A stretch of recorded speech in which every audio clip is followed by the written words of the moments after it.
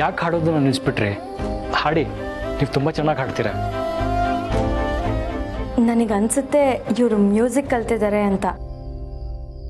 ಕಲ್ತಿರೋದ ಕೇಳ್ತಿಲ್ಲ ದೀಪಿಕಾ, ಇವ್ರು ಇಷ್ಟು ಚೆನ್ನಾಗಿ ಹಾಡ್ತಿರೋದು ನೋಡಿದ್ರೆ ಇವರು ಪ್ರೊಫೆಷ್ನಲ್ ಸಿಂಗರ್ ಅನ್ಸುತ್ತೆ. ಇವರು ಹಾಡು ಹೇಳೋದು ಮಾತ್ರ ಅಲ್ಲ, ಚಿತ್ರ ಕೂಡ ತುಂಬ ಚೆನ್ನಾಗಿ ಬಿಡಿಸ್ತಾರಂತೆ. ಇವ್ರು ಯಾರು, ಇವ್ರಿಗಿನ್ನೂ ಏನೇನು ಗೊತ್ತು ಅನ್ನೋದು ನಮಗೆ ಗೊತ್ತಿಲ್ಲ ಅಷ್ಟೆ. ಇವ್ರ ಮುಖ ನೋಡಿದ್ರೆ ತುಂಬ ಇನ್ನೋಸೆಂಟ್ ಅನ್ನಿಸ್ತಾರೆ. ಹಾಗೆ ಇವ್ರಿಗೆ ತುಂಬ ಅದ್ಭುತವಾದ ಟ್ಯಾಲೆಂಟು ಇದೆ. ಮತ್ತೆ ಹಾಡು ಹೇಳ್ತೀರಾ ಪ್ಲೀಸ್? ಮತ್ತೆ ನಿಮ್ಮ ಹಾಡು ಕೇಳಬೇಕು ಅನ್ನಿಸ್ತಿದೆ. ಹೌದು, ತುಂಬ ಚೆನ್ನಾಗಿ ಹಾಡ್ತೀರಾ, ಹಾಡಿ ಪ್ಲೀಸ್ ಒನ್ಸ್ ಮೋರ್. ಯಾಕೆ ಸುಮ್ಮನೆ ನಿಂತ್ಬಿಟ್ರಿ? ನಾವೆಲ್ಲರೂ ಇಷ್ಟು ಕೇಳ್ಕೊತಾ ಇದ್ದೀವಿ, ಒಂದು ಹಾಡಾದರೂ ಹಾಡಿ.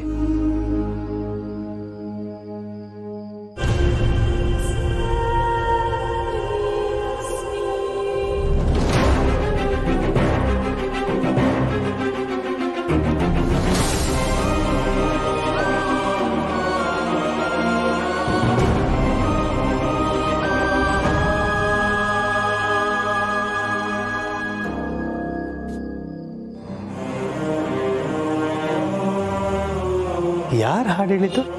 ತುಂಬ ಚೆನ್ನಾಗಿ ಹಾಡ್ತಿದ್ರಲ್ಲ. ಅದೇ ಮಾವ, ತುಳಸಿ ಅಮ್ಮ ಒಬ್ರನ್ನ ನಮ್ಮ ಮನೆ ಕರ್ಕೊಂಡು ಬಂದಿದ್ದಾರಲ್ಲ ಅವರೇ.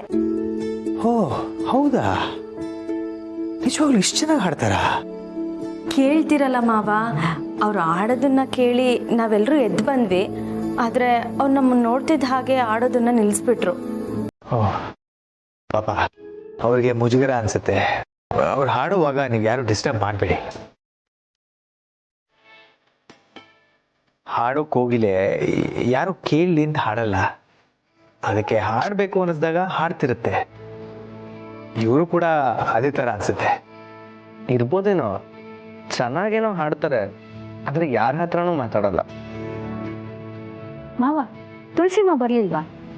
ಅವರು ಇಲ್ಲ, ಹಾಡು ಕೇಳಿ ನಾನೇ ಬಂದೆ. ಹೇಗೋ ಇವ್ರು ಮಲಗಿಲ್ವಲ್ಲ, ಇವ್ರು ಹಾಲು ಕುಡ್ದಿಲ್ಲ. ನಾನು ಹೋಗಿ ಹಾಲು ಕೊಡ್ತೀನಿ. ಬೇಡ ಪುಣ್ಯ, ಅಮ್ಮ ಬಂದರೆ ಅಮ್ಮನ ಹತ್ರನೇ ಹಾಲು ಕೊಟ್ಟು ಕಳಿಸು. ನಮ್ಮನ್ನು ನೋಡಿ ಅವರು ಗಾಬರಿ ಆಗಿದ್ದಾರೆ ಅನ್ಸುತ್ತೆ.